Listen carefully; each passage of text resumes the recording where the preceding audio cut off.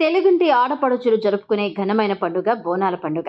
ఆషాఢ మాసం వస్తుందంటే చాలు తెలంగాణ రాష్ట్రంలో బోనాల సందడి మొదలవుతుంది. వర్షాకాలం ప్రారంభంలో ఎటువంటి సీజనల్ వ్యాధులు రాకుండా ప్రజలు సుఖశాంతులతో జీవించాలంటూ అమ్మవారిని వేడుకుంటూ బోనం సమర్పించే పండుగ. గోల్కొండ కోటలో అమ్మవారికి బోనాలు సమర్పించడంతో మొదలయ్యే ఈ వేడుకలు ఆషాఢ మాసంలో ఆదివారం అంగరంగ వైభవంగా జరుపుకుంటారు. ఈ వేడుకల కోసం ఇప్పటికే రాష్ట్ర ప్రభుత్వం ఏర్పాట్లు మొదలుపెట్టింది. ఈ నేపథ్యంలో హైదరాబాద్, సికింద్రాబాద్ జంట నగరాలు బోనాల జాతరను జరుపుకునేందుకు రెడీ అవుతున్నాయి. ఈ నెల 26వ తేదీ నుంచి ఆషాఢ మాసం ప్రారంభం కానుంది. అయితే మొదటి రోజే గురువారం కావడంతో జూన్ 26వ తేదీ నుంచి బోనాల సంబరాలు ప్రారంభం కానున్నాయి.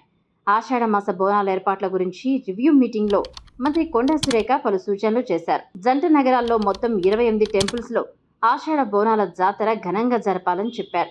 భక్తులకు ఎక్కడా ఎటువంటి ఇబ్బందులు రావద్దని, బోనాల పండుగను జరపడం కోసం ఎక్కడా లోటు లేకుండా ప్రభుత్వం బడ్జెట్ కేటాయించిందని, ప్రభుత్వం నుంచి ఇప్పటికీ 20 కోట్ల మంజూరు చేశామని చెప్పారు.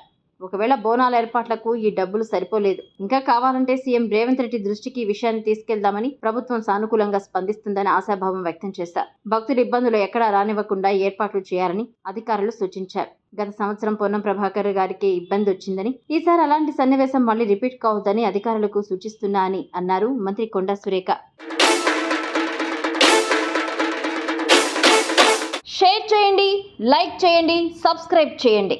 మరిన్ని వీడియోల కోసం బెల్ సింబల్ పై క్లిక్ చేయండి.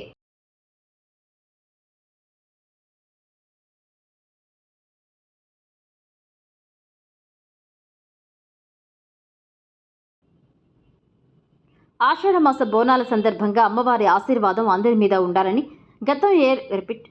గతంలో ఏర్పాట్లు చేసే సమయంలో జరిగిన సమస్యలను దృష్టిలో పెట్టుకుని మళ్లీ జరగకుండా ఏడాది ముందస్తుగా భక్తుల రద్దీని దృష్టిలో పెట్టుకుని ప్లాన్ ఆఫ్ యాక్షన్ తయారు చేసుకుని ముందుకు వెళ్లాలని సూచించారు. జూన్ 26న ఆషాఢ మాసం ప్రారంభం కానుంది. తొలి బోనం గోల్కొండలోని అమ్మవారికి సమర్పించడంతో బోనాల సంబరాలు ప్రారంభమవుతాయి.